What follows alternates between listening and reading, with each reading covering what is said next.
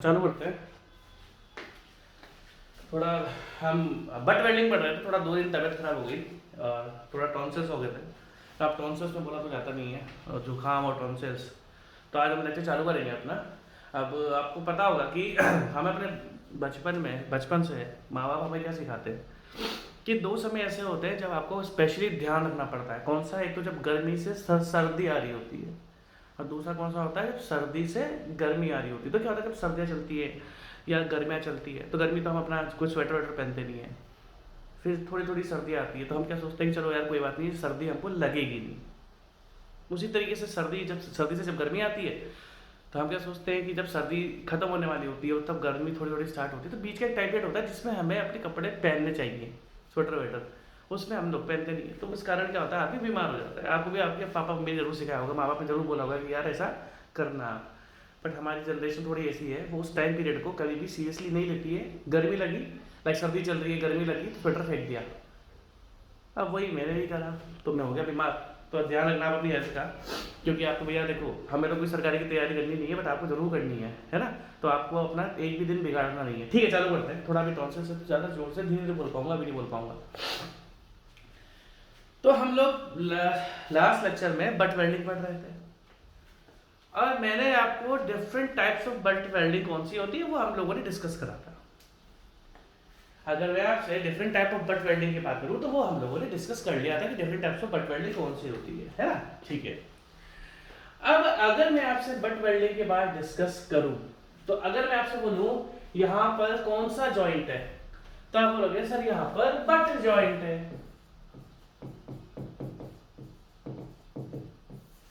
यहां पर कौन सी वेल्डिंग है, आप बोलोगे सर बट वेल्डिंग है।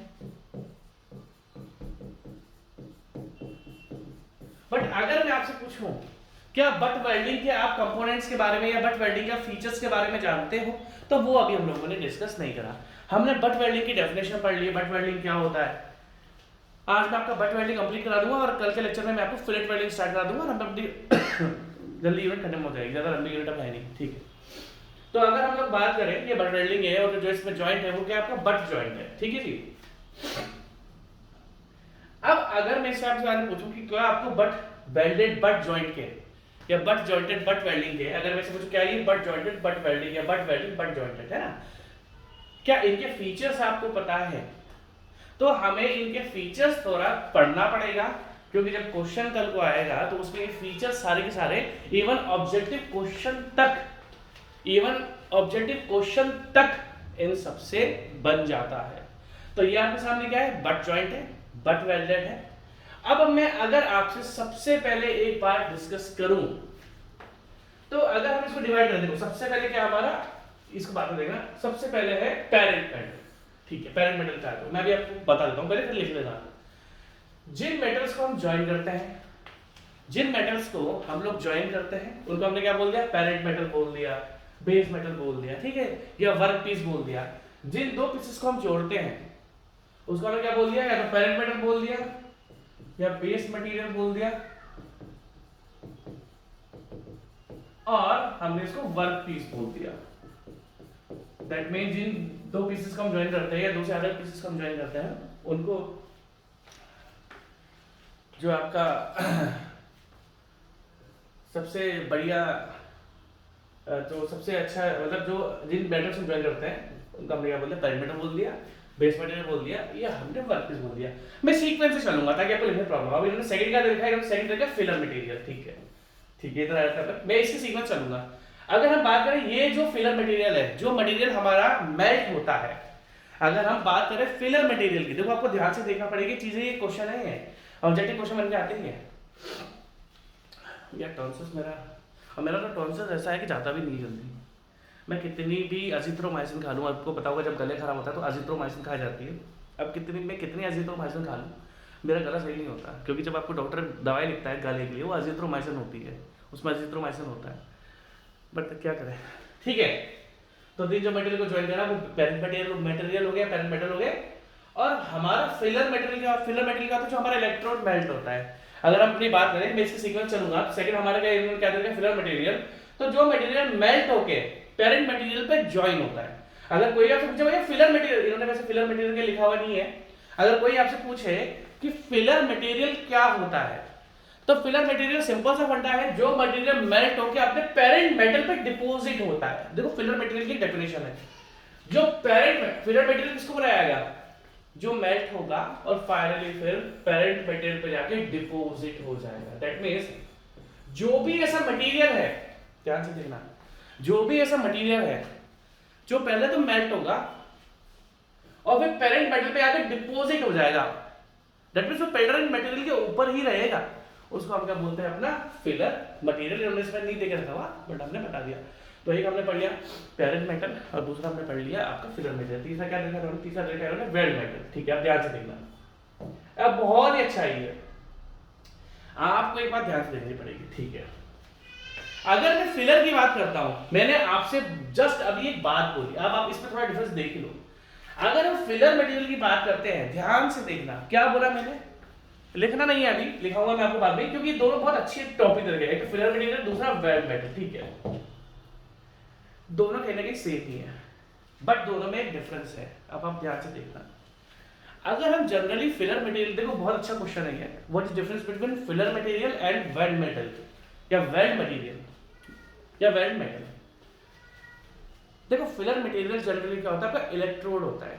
फिलर मटेरियल का होता है आपका इलेक्ट्रोड होता है। अब आप मेरी बात ध्यान से सुनोगे, बट अगर मैं जब पेरेंट, देखो तो फिलर मटेरियल हमारा जनरली क्या होता है, वेल्ड मेटल इलेक्ट्रोड में होता है और वो जनरली मेल्ट होके अपना पेरेंट मेटल पर डिपॉजिट हो जाता है।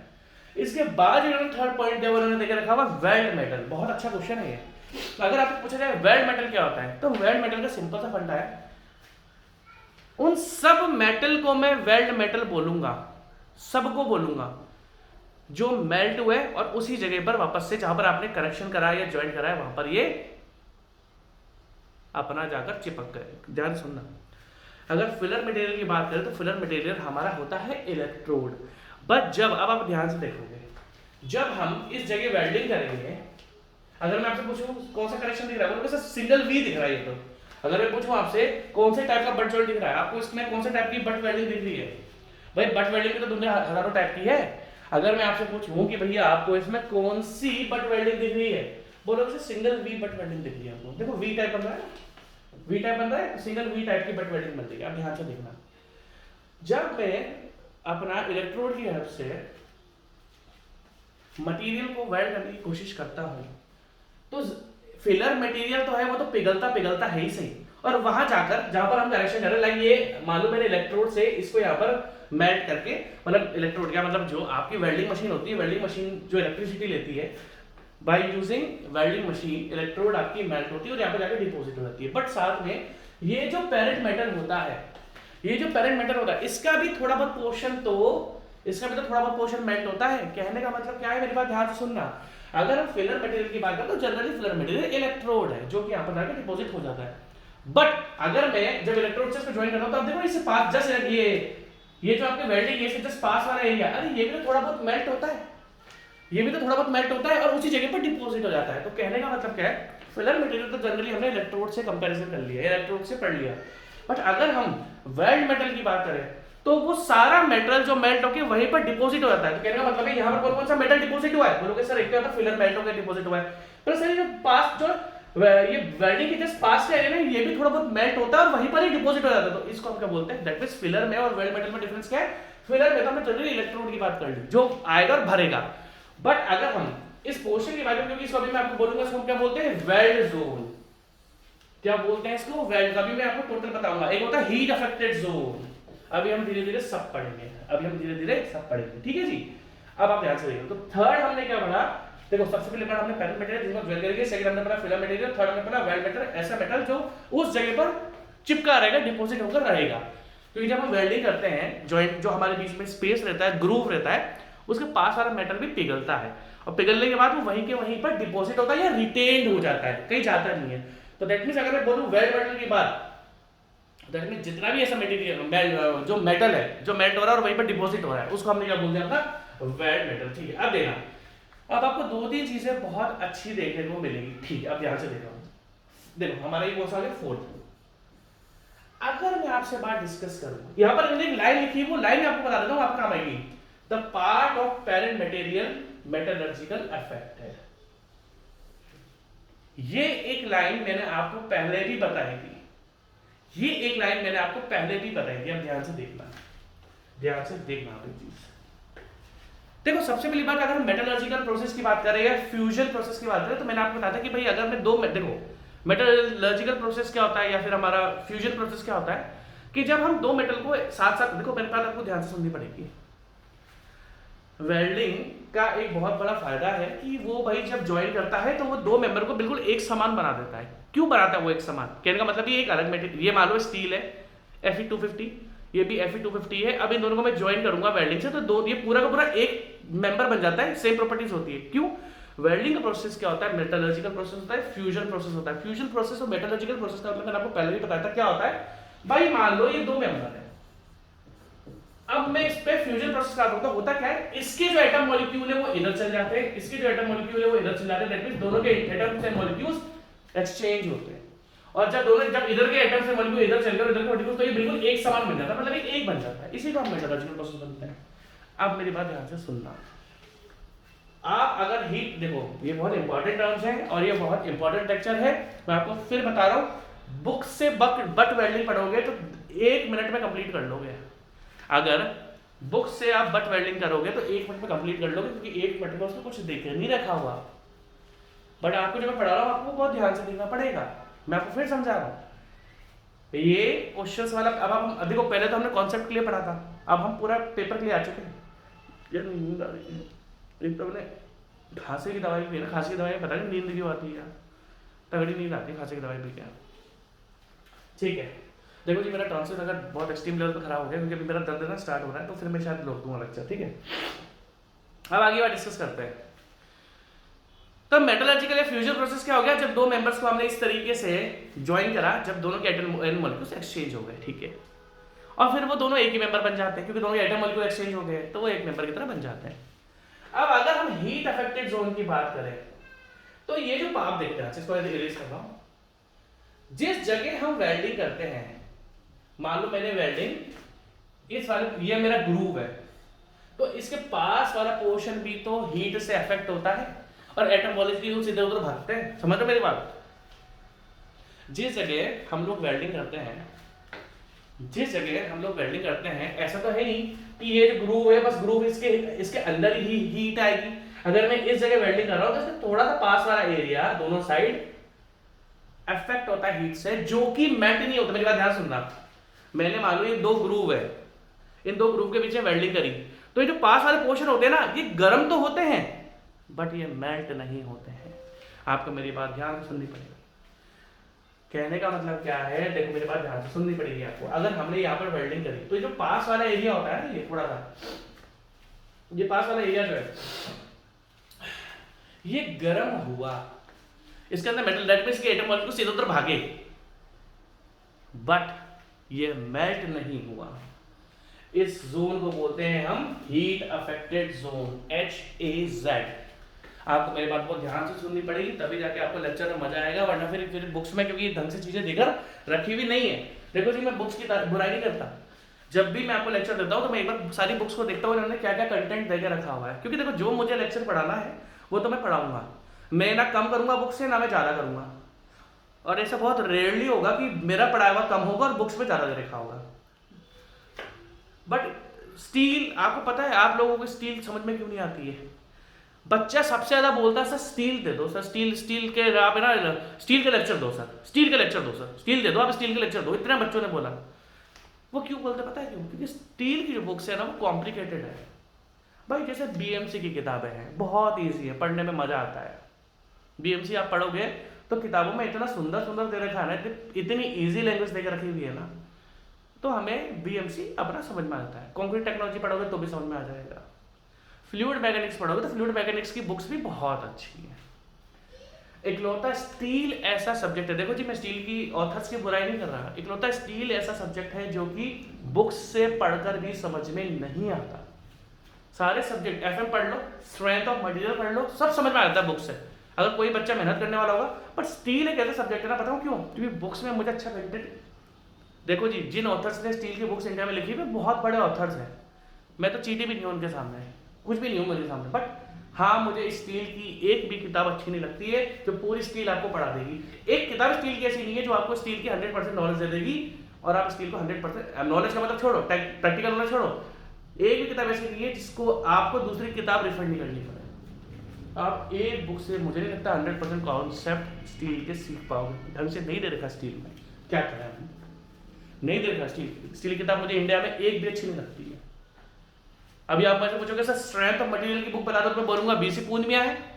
आप अगर बोलोगे सर सोम की बुक बता दो तो मैं बोलूंगा बीसी पूर्णिया और खुरमी है, दोनों अच्छी बुक्स लगती है मुझे खुरमी भी अच्छी लगती है और मुझे आपका बीसी पूर्णिया भी अच्छी लगती है। आप बोलोगे सर स्टील की बुक बता दोगे, मैं आपको एक भी किताब का नाम नहीं बताऊंगा क्योंकि किसी भी किताब में कंप्लीट नहीं दे रखा स्टील में। और यही रीजन है कि बच्चे को स्टील समझ में नहीं आता। अगर किताबों में कंटेंट अच्छी तरह होता तो बच्चे को स्टील समझ में आता। चलो कोई बात नहीं। तो हीट अफेक्टेड जोन क्या हो गया? Heat affected zone that means ऐसा पोर्शन पेरेंट मेटल का, हीट अफेक्टेड जोन क्या हो गया? ऐसा मटेरियल पेरेंट जोन का जो गर्म तो हुआ, उसके एटम मॉलिक्यूल्स इधर से उधर भागे भी सही बट वो मेल्ट नहीं हुआ, उसी को हम क्या बोलते हैं? Heat affected zone. अभी लिखाने का काम मैं आपको सारा करूंगा। नेक्स्ट क्या देखा इन्होंने? नेक्स्ट देखा फ्यूजन लाइन। ठीक है, वेरी गुड। अगर आप ध्यान से देखोगे, अगर अब आप ध्यान से देखोगे, ध्यान से देखना, जो मेरा, मैं दो कलर यूज करूंगा, एक मैं रेड लेता हूं। देखो अगर आप ध्यान से देखोगे तो ये तो मेरा वेल्डिंग यहां पर हो चुकी है और एक मेरा हीट अफेक्टेड जोन है। और हाँ, अगर आप देखोगे, मैं आपको दिखा देता हूं, देखो ये heat affected zone, this is heat affected zone, this is, ये भी आपका हीट अफेक्टेड जोन है। आपको एक चीज तो दैट मींस अगर मैं आपसे बात करूं, देखो आप ध्यान से देखना, आप बहुत ध्यान से देखना, मैं अलग अलग पेन यूज कर लेता हूं। देखो अगर मैं इसको रेड से बनाता हूं, देखो ये है हीट अफेक्टेड जोन, देखिए ये this is heat affected zone, ठीक है जी। अगर अब आप ध्यान से देखोगे, अब बात किसकी हो रही है? फ्यूजन लाइन की। अगर फ्यूजन लाइन की बात करें तो जो हमारा वेल्ड मेटल है, जो हमारा वेल्ड मेटल है, जो कि आपको अंदर फिलर के तरीके से दिख रहा है, आपको बहुत ध्यान से देखना पड़ेगा ये, क्योंकि अगर आपको ध्यान से देखना तो आपको बिल्कुल ही मजा नहीं आएगा इस टॉपिक में। जो हमारा हीट अफेक्टेड जोन है और जो हमारा वेल्ड मेटल है, इनके बीच की जो बाउंड्री है, मैं किस पर दिखाऊं? मैं ब्लैक से ब्लू से दिखाता हूं। इनके बीच की जो बाउंड्री नहीं, ये वाली, अगर आप ध्यान से देखोगे, मैं और ढंग से रहा हूं क्योंकि पेन दिख नहीं रही, वॉलेट ठीक है, पर्पल, अरे मुझे पर्पल वॉलेट का हमेशा कंफ्यूजन होता है, पर्पल कौन सा वॉलेट कौन सा है? ग्रीन लेते, ग्रीन। देखो इनके भी, अरे यार दिख नहीं रहा, चलो दिख गया हो गया वैसे आपको। तो अगर आप बात ध्यान से देखो तो ये आपका वेल्ड मेटल है, ये, अरे यार दिख ही नहीं रहा है, ये आपका वेल्ड मेटल है। अरे यार हो क्या रहा है? पेन चल नहीं रहा क्या? अब ये कौन सा कलर हो गया भैया? अच्छा, ट्रांसपेरेंसी मैंने गड़बड़ कर दी। ओके ठीक है, तो ये हमारा वेल्ड मेटल है और ये हमारा हीट अफेक्टेड जोन है रेड वाला, और जो इनके बीच की बाउंड्री है, जो इनके बीच की बाउंड्री है ये वाली, इस बाउंड्री को हम बोलते हैं फ्यूजन लाइन। देखो इस बाउंड्री को हम क्या बोलते हैं? Fusion line. आपको ध्यान रखना क्योंकि ये ऑब्जेक्टिव क्वेश्चन बन सकता है, वो पूछ लेगा कि वेल्डिंग में फ्यूजन लाइन का मतलब क्या होता है? वेल्डिंग में फ्यूजन लाइन का मतलब क्या होता है? तो आप बोलोगे, अब ये टॉन्सिल्स का पेन बढ़ रहा है मेरा, चलो एनीवेज ट्राई पूरा करेंगे कि लेक्चर खत्म हो जाए। फ्यूजन लाइन का मतलब क्या है? जो हमारा वेल्ड मेटल है और जो हमारा हीट अफेक्टेड जोन है, इनके बीच की जो बाउंड्री है, इनके बीच की जो बाउंड्री है वो क्या है? मेरा आपका फ्यूजन लाइन। नेक्स्ट क्या दिखा रखा है मैंने? Fusion line, weld zone. ठीक है, बहुत अच्छा। अब देखो आप ध्यान से, अब अगर हम वेल्ड जोन की बात करते हैं, तो अगर हम वेल्ड जोन की बात करते हैं तो आप देख सकते हो कि वेल्ड जोन इन्होंने, देखो यहाँ ये देखो मैं आपको दिखा देता हूँ, ये पूरा क्या है? Heat affected zone, this is heat affected zone, this is heat affected zone and this is weld, है ना? ठीक है, तो जो हमारा फिलर मटेरियल है प्लस हमारा हीट अफेक्टेड जोन, अगर हम वेल्ड जोन की बात करें तो आप देख सकते हो वेल्ड जोन में क्या होता है? Heat affected zone plus filler material plus heat affected zone is equals to weld zone. अगर हम वेल्ड जोन की बात करते हैं तो that means heat affected zone को प्लस जो हमारा वेल्ड मेटल है या फिलर मेटल है, क्योंकि देखो वेल्ड मेटल का मतलब क्या होता है? मैं इसको फिलर भी बोल सकता हूं, मैं इसको वेल्ड मेटल भी बोल सकता हूं, क्योंकि मुझे एक चीज पता है वेल्ड मेटल का मतलब क्या है। आपकी वेल्डिंग में जो भी मेटल पिघला और वहां जाकर रिटेन हो गया, डिपॉजिट हो गया, उसको मैं क्या बोलूंगा? दैट मींस अगर हम वेल्ड मेटल की बात करते हैं तो वेल्ड मेटल का मतलब क्या होता है? मेटल पिघल गया और पिघलने के बाद वहां जाकर डिपॉजिट हो गया, है ना, उसी को वेल्ड मेटल बोलते हैं। तो अगर हम वेल्ड जोन की बात करते हैं तो वेल्ड जोन में क्या है आपका? एक तो हीट अवेलेबिलिटी जोन है, plus weld metal filler material, और प्लस अगेन से वेल्ड मेटल, इसको हम क्या बोलते हैं? आपका वेल्ड जोन। आप टेंशन ना लेना, ये ऑब्जेक्टिव क्वेश्चंस है, इसलिए मैं आपको सारे के सारे बताऊंगा, क्योंकि कल को इसके अंदर कंफ्यूजन हो जाएगा आपको, ठीक है जी। अब आप ध्यान से देखो, नेक्स्ट जोन में क्या दे रखा है? हमारा फ्यूजन लाइन हो गया, वेल्ड जोन हो गया, वेल्ड फेस, ठीक है। अब देखो, अब आप ध्यान से देखना इधर, अगर हम देखो ये फोटो मैंने आपका इसलिए ही लगाया, ठीक है। अगर आप ध्यान से देखोगे तो आपको दो चार चीजों में ना बहुत तगड़ा कंफ्यूजन होगा। किसमें? एक तो वेल्ड फेस में, एक वेल्ड टो में, ठीक है। इनका कंफ्यूजन, इसमें मेरे पानी पी लो यार, मैं इसी रूम में था, कमजोर आदमी हो गया यार मैं आजकल। ठीक है, चालू करते हैं। ठीक है, हम लोग कहां पर आ गए थे? ठीक है, मैं सीक्वेंस चल रहा हूँ, क्योंकि आपको लिखने के लिए मैं ये कंटेंट दूंगा, लिखाने के लिए दूंगा, तो ठीक है। क्या आ गया था? वेल्ड जोन हो गया था हमारा, वेल्ड, ठीक। अब दो चीजें होती है,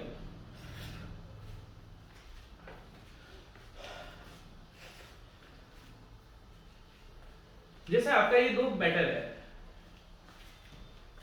आपके ये दो मेटल है, इसमें कुछ मान लो मैंने वी ग्रुप देकर रखा हुआ है ना, वी ग्रुप देकर रखा हुआ है। तो अगर मैं आपसे बोलूं इसमें वेल्डिंग सबसे, अगर मान लो मैं आपसे पूछूं इसमें वेल्डिंग सबसे पहले किस पॉइंट पर स्टार्ट करूं? देखो हमारा ये वी ग्रुव है, तो अगर मैं आपसे पूछूं, मान लो हमारा जो वेल्डर है, जो वेल्डर है वो इसको कहां से वेल्ड करना स्टार्ट करेगा? नीचे से ऊपर या ऊपर से नीचे? कहने का मतलब क्या है? जो वेल्डर है वो इस तरीके से, देखो आप ध्यान से देखना, दो चीजें हैं, तो आपको ध्यान से देखना पड़ेगा, तभी आपको ये टॉपिक समझ में आ जाएगा, है ना। ये वी मान लो इस तरीके का।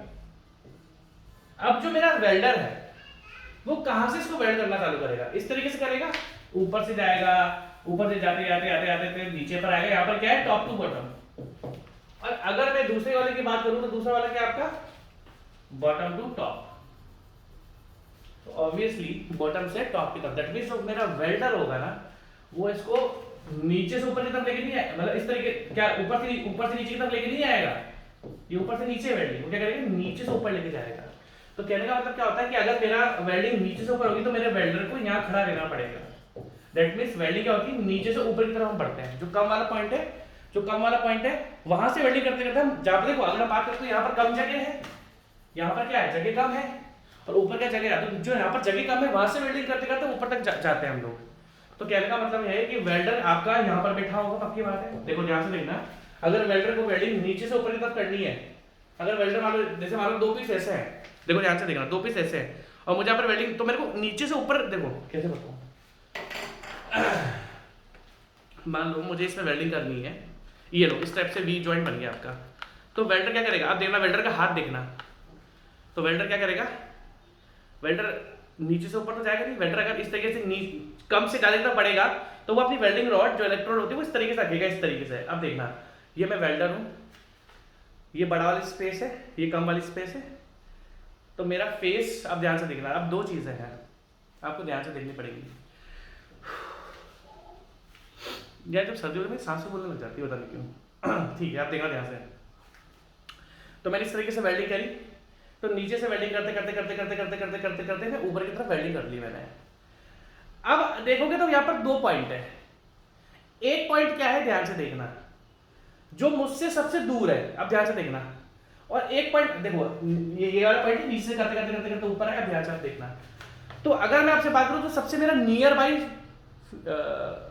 पॉइंट कौन सा है? आप बोलोगे सर ये नियर बाई है और ये आपके फेस से दूर है, तो दैट मीन्स ये जो मैं देख रहा हूं जो मेरे सबसे पास में है और वेल्डर की साइड से है, इसको मैं बोलता हूं वेल्ड फेस। और जो पॉइंट सबसे दूर है वेल्डर से, दैट मीन्स इस मतलब ये जो हमने वेल्डिंग करी इस ग्रूव में, जो सबसे इसका दूर वाला पॉइंट है ना, देखो मेरा फेस इधर है, तो मेरे फेस के पास ये वाले पॉइंट है, इसको बोलते हैं वेल्ड फेस। और जो मेरे वेल्ड फेस से, जो मेरे फेस से दूर वाला पॉइंट है, दैट मीन्स ये वाला, दैट मीन्स ये वाला, इसको बोलते हैं वेल्ड रूट। आपको दो चीजें कंफ्यूजन वाली है, ध्यान से देखना। दो चीजें हैं, एक है वेल्ड फेस, भाई जो ऊपर से फेस दिखता है ना वेल्डिंग का, बड़ा वाला जो होता है उसको बोलते हैं वेल्ड फेस, और जो नीचे छोटा वाला होता है ये वाला, इसको हम बोलते हैं root. This is weld face, this is weld root. तो अगर कोई पूछे वेल्ड फेस क्या है, जो भाई ऊपर वाला पोर्शन होता है वेल्डिंग का जो हमें दिखता है वो होता है वेल्ड फेस, और जो हमसे जो वेल्डर से सबसे दूर वाला पॉइंट होता है वेल्डिंग का उसको हम बोलते हैं वेल्ड रूट। आप बोलोगे सर नीचे क्या निकल रहा है, इसको मैं आगे बताऊंगा, ये रिइंफोर्समेंट है, ये रिइंफोर्समेंट है, वो आगे बताएंगे हम लोग, डिस्कस करेंगे।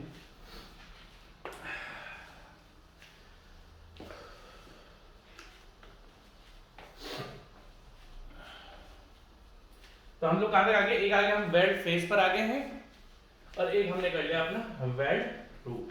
तो सबसे ऊपर वाला पॉइंट है जो दिखता है वो वेल्ड फेस हो गया, और जो नीचे वाला है वो आपका वैल्यू बन गया वेल्ड रूट। ठीक है, अब तीसरा एक पॉइंट है यहाँ पर, अगर आप देखोगे जो मेरा वेल्डेड मटेरियल है और जो मेरा पेरेंट मटेरियल है, दैट मीन आप ध्यान से देखना, देखो अगर मैं आपको दिखाऊं तो ये मेरा पेरेंट मटेरियल है और ये मेरा वेल्ड फेस है, ये मेरा पेरेंट मटेरियल है, ये मेरा वेल्ड फेस है। अगर आप देखोगे तो ऊपर की तरफ, अगर मैं देखो आपको मैं ऐसे दिखाता हूं, तो ऊपर की तरफ एक बाउंड्री बनेगी। आप बोलोगे सर आपने बाउंड्री बताई तो थी, अब आप ध्यान से देखना, यार तबीयत में खराब हो रही है, थोड़ा है तबीयत में गड़बड़ चल रही है यार, ठीक है, थोड़ी सांस फूल रही है पता नहीं क्यों। ठीक है, अगर बात करें, आपको मैंने दो बाउंड्री दिखाया आज, मुझे पसीना नहीं आ रहा पता नहीं क्यों यार। देखो दो चीजें हैं, एक है फ्यूजन है, अगर आप ध्यान से देखोगे, दिखा दूंगा यहाँ पर, आप इधर देखो ध्यान से, आपको सामने में दो बाउंड्री दिखा रहा हूं, एक तो ये वाली बाउंड्री है, इसको हम बोलते हैं फ्यूजन लाइन। और अगर आप देखो देखो यहां पर हम बात करते हैं, आप बोलोगे, आप ध्यान से देखना, जब से बोला नहीं आ रहा, अगर आप ध्यान से देखोगे तो एक तो आपकी ये वाली लाइन है, बाउंड्री है, और आपकी एक ये वाली बाउंड्री है। आप देख सकते हो दोनों में डिफरेंस क्या है, ये दोनों में हम डिफरेंस ध्यान से देखे हैं, तो फ्यूजन लाइन में देखो ध्यान से देखना, आपको ध्यान से देखना पड़ेगा। अगर हम पूरे फ्यूजन लाइन की बात करें तो फ्यूजन लाइन में टोटल जो हमारा फिलर मटेरियल है या वेल मटेरियल है, इसके और इसके साथ की जो बाउंड्री होती है इसको बोलते हैं फ्यूजन लाइन। बट अगर मैं आपको इस बाउंड्री की बात करूं तो यहाँ पर टोटल, देखो आप ध्यान से देखना, यहाँ पर अगर हम फ्यूजन लाइन की बात करें तो टोटल जो मेरा वेल मटेरियल है यहाँ से लेके आता है और पैरेलल के बीच की जो बाउंड्री इसको तो मैं बोलता हूँ फ्यूजन लाइन। और अगर आप ये सारी बाउंड्री को देखोगे तो ये बाउंड्री किस किसके बीच में है, आप बोलोगे सर ये बाउंड्री तो only weld face and parent material के बीच में, एंड पेरेंट मटेरियल के बीच में है।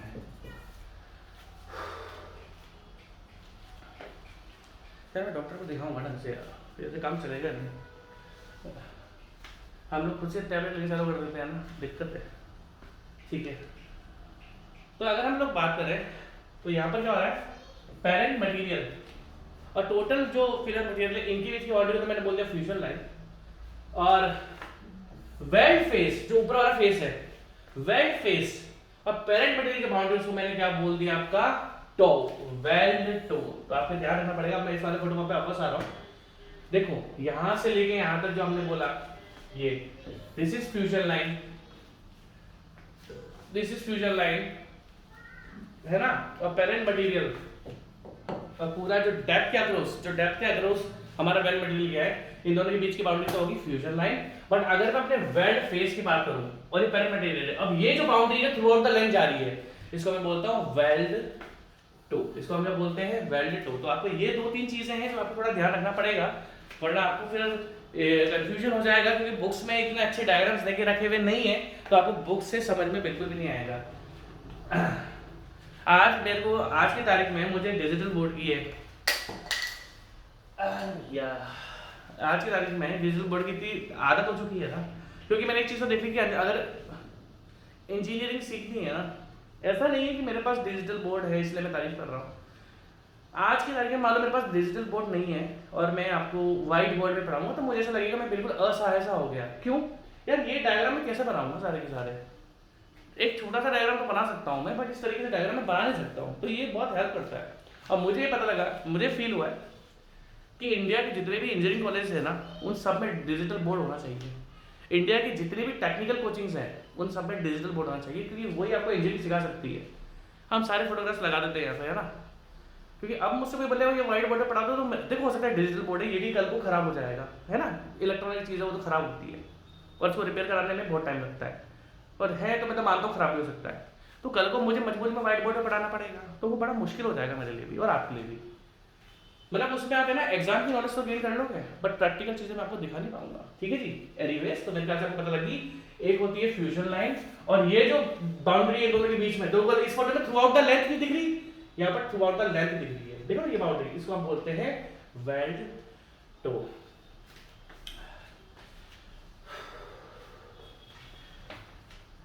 ठीक है जी। अब क्या देखें, अब देखो लास्ट इन्होंने देखा होगा रीइंफोर्समेंट, हीट अफेक्टेड जोन हो गया, क्या करता है देखो, weld face, weld root, weld root पर आगे वेल्ड फेस भी कर लिया, वेल्ड रूट भी कर लिया, वेल्ड टो भी कर लिया। अब लास्ट में आपका आता है रीइंफोर्समेंट, एक्सेस वेल्ड मेटल, जिसका फोटोग्राफ मैं आपको यहाँ दिखाता हूँ, दिखा देता, ये देखो, जब हम वेल्डिंग करते हैं ना, तो आप देखोगे ये पेरेंट मटेरियल का फेस है, अगर आप देखोगे ध्यान से तो ये पेरेंट मटेरियल का फेस है, ये पेरेंट मटेरियल का फेस है। आप देखोगे हमारी कुछ वेल्डिंग जो है ना इस पेरेंट मटेरियल के ऊपर से आ रही है, 2 से 3 mm समथिंग आ रही है, इसको बोलते हैं एक्सेस वेल्ड मेटल। देखो इस तरीके से, अगर मैं यहां पर बात करूं तो ये मेरा पेरेंट मटेरियल का फेस है, ये पेरेंट मटेरियल का फेस है, सॉरी,